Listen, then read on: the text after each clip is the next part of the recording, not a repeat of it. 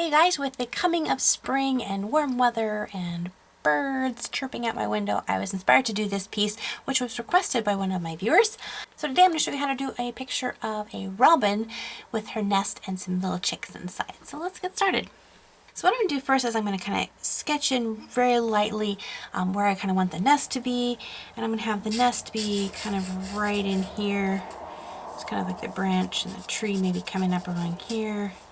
So the nest is just kind of etched in right here. Maybe a little bit of the branch coming down. And so just kind of get that in there so I know where everything else is going to be. Just really loosely. Then I'm going to go ahead and put the mama bird in here, and I'm going to start off with a kind of a circle shape for her head, and then a nice kind of ovally shape for her body, and then have this kind of the backbone coming on down where her tail feathers are. And I'm going to put her little legs connecting in here. And I'm drawing everything just very loosely. I'm just kind of mainly blocking everything in just to make sure that it just fits right. Especially when you're doing a picture on a small piece of paper like this. So here's the full page. So when I'm doing my composition, I don't want to have a ton of detail in one area and then have just this really open space necessarily. I mean, you can. There's no hard and fast rule to art, but if you want a nice composition, you want something that's balanced. You don't want something that's dead center and then have all this empty space around it. You want a balance. So because I'm having this nice swooping feel here, I'm going to put a really main attraction here, and I'll leave a little bit of this empty, and that will balance my picture off because my main focus is going to be the mama bird and then here, which balances off my picture. But I want to make sure that I block her in correctly first. So that's why I really encourage you to draw nice and light first, just to make sure everything fits, and then we can go back in and get the detail, because you don't want to start drawing in and getting the chicks in there and then you don't have enough room for mom, or you know, you have mom and then you have these tiny little baby chicks or gigantic chicks and you have to have a tiny little mom or whatever. Or a dad, it could be the dad bird. And a lot of times people will make robins really, really, really fat. During this part of the year, they're not super fat. They get fat in the late summer. You see them get up nice and round. They're storing up their food supplies, you know, and getting all fat for their migration. But during the part where they're having their chicks, they're actually a little bit leaner. They're spending most of their time trying to feed their babies, not themselves. So they thin down quite a lot during that time of year. Now let's go ahead and kind of sketch in the babies and decide how many chicks we want. So I'm going to put one little head right here and another one right here. And just for fun, I think I'll put a third one right there. So we'll have 3 chicks in this one. You could do as many chicks as you want, you know, 1 or 2 chicks, or 5 or 6. And you're going to notice their heads are much larger in proportion to their bodies. In fact, we're not really going to see a lot of their bodies. You can make them depending on their age as well. The younger they are, the more featherless they are. But they all have these gigantic mouths that kind of open up to receive their plundering food. When I was a little girl, I found a baby robin's nest, and they were so cute, and I stick my finger in there and they would bite onto my finger. Probably not the best thing to do. In fact, I would highly discourage, if you do find some baby robins, just to leave them alone, because I did that once also, and all the baby robins went flying from the nest. Well, not flying, they can fly, they kind of folded from the nest.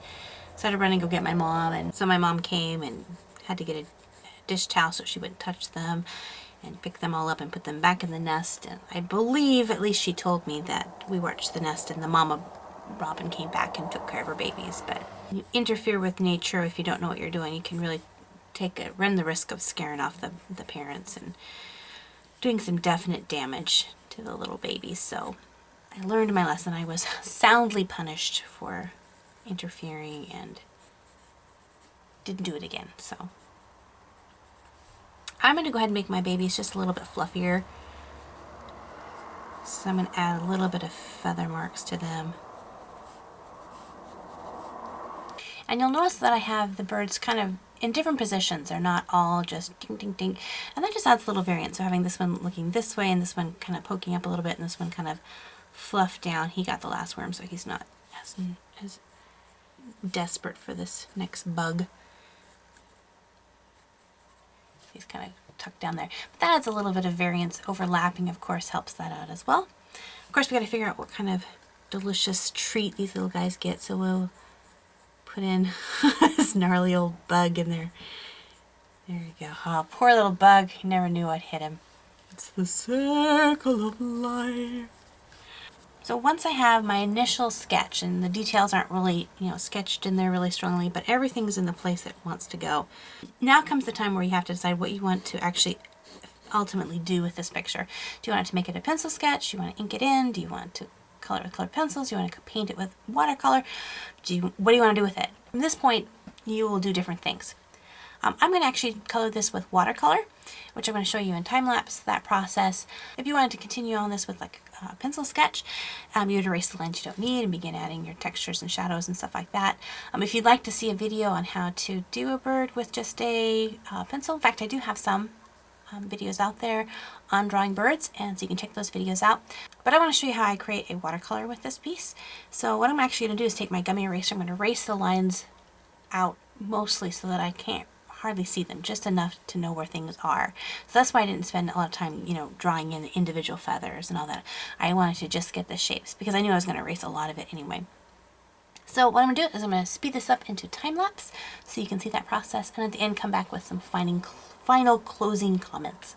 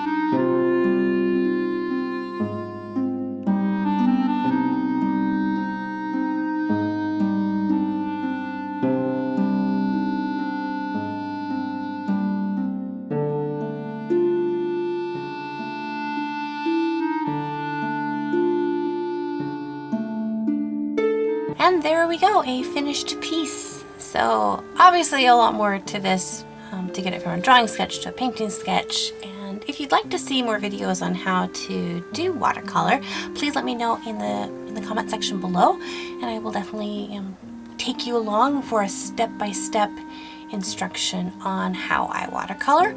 But yeah, this kind of gives you some ideas of how you can take just a basic pencil sketch and then change it into something else by using different kinds of mediums. And depending on what medium you use, totally different outlook, whether you use colored pencils or crayons or markers or paints or pencil or whatever. Yeah, you get a really fun look. So this piece would be a great gift for a mom, or Mother's Day is coming up, so this might be a fun piece to try out. But maybe you're thinking, I would love to have a piece like this but don't have the time or patience to create something like this. Head over to my Etsy shop, because this piece and a whole bunch of others are posted there for sale, and it's always changing. Things are selling and new things are going up, so if you miss out on this piece, keep looking, because other pieces similar are posted each week. I have new things each week posted.